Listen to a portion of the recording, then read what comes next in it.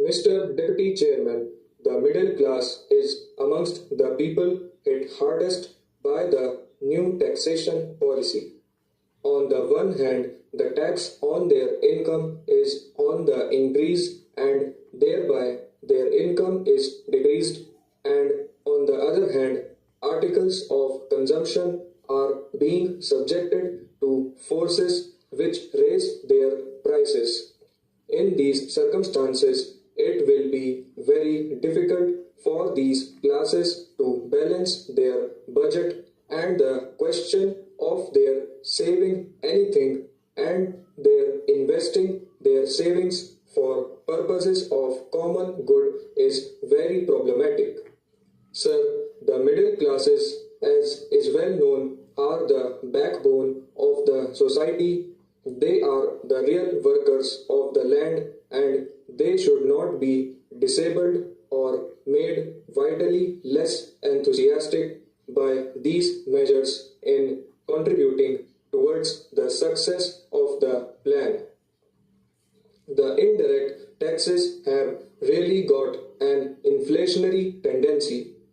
To a complaint made in this respect, the Honorable Finance Minister said that the inflationary tendencies are already there and that the government through these excise duties will be able to mop up a portion of the extra profits for the benefit of the exchequer, and he implied that these excise duties need not raise the prices in many cases.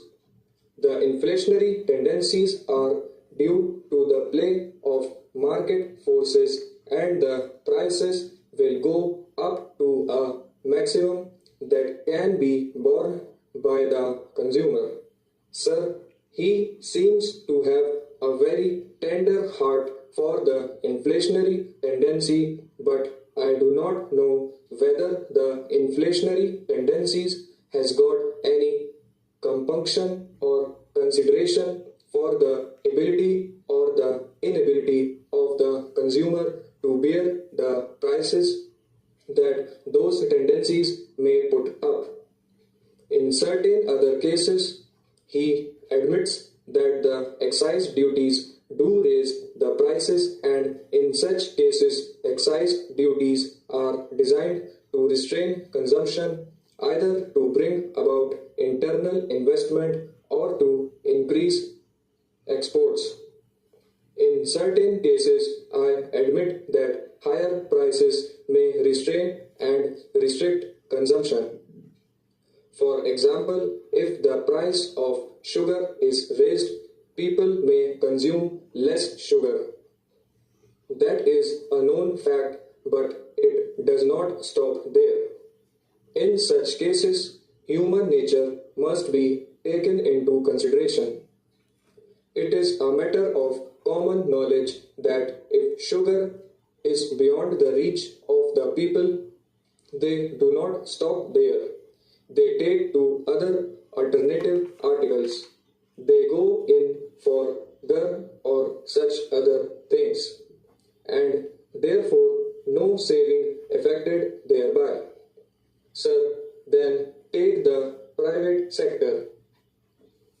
Increase targets have been set up in the 10th 5-year plan for this sector, and they have to fulfill those targets in the vital interests of the country, because the development in the private sector forms a vital part of the economy of the country as a whole. But the question is, under the recent proposals of taxation and the conditions that will be created by giving effect to those proposals, how is this sector to find its resources for realism, the increased targets that have been set for it? Everyone, the common man, the middle class person, and the upper class man, has to bear heavier burdens under the new taxation policy. The government want want to mop up extra profits. They are increasing taxes on income and they cut even into the corpus of the capital through such taxes as those on wealth and expenditure, thereby reducing the wealth already formed through the savings of the people.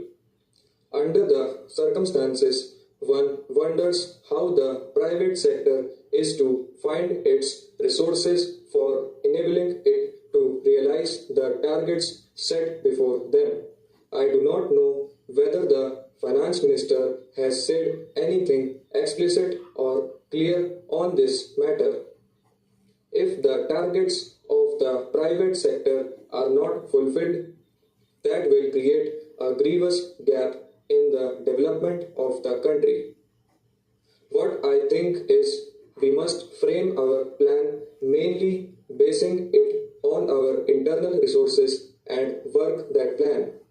Side by side with that, we may have another set of projects and schemes which may be executed as and when we get sufficient foreign exchange and foreign aid. Otherwise, what will happen is if we are not clear cut in this matter of keeping internal resources mainly separate from the foreign aid and foreign exchange, we will be landed in difficulties in the middle of the execution of the plan. Then it will be very difficult for the country to get back from the midstream. Then if we set about to find foreign aid and exchange, the position of the country will have to be compromised in many directions, and that is not good for the country. Now, I want to deal with one or two concrete points which may bring in a sizable amount of foreign exchange to the country. One point is with regard to the export of raw goat skins. An export duty on the export of this article may be levied beneficially to the industry as well as to the country as a whole. There was an export duty of about 15% on this article.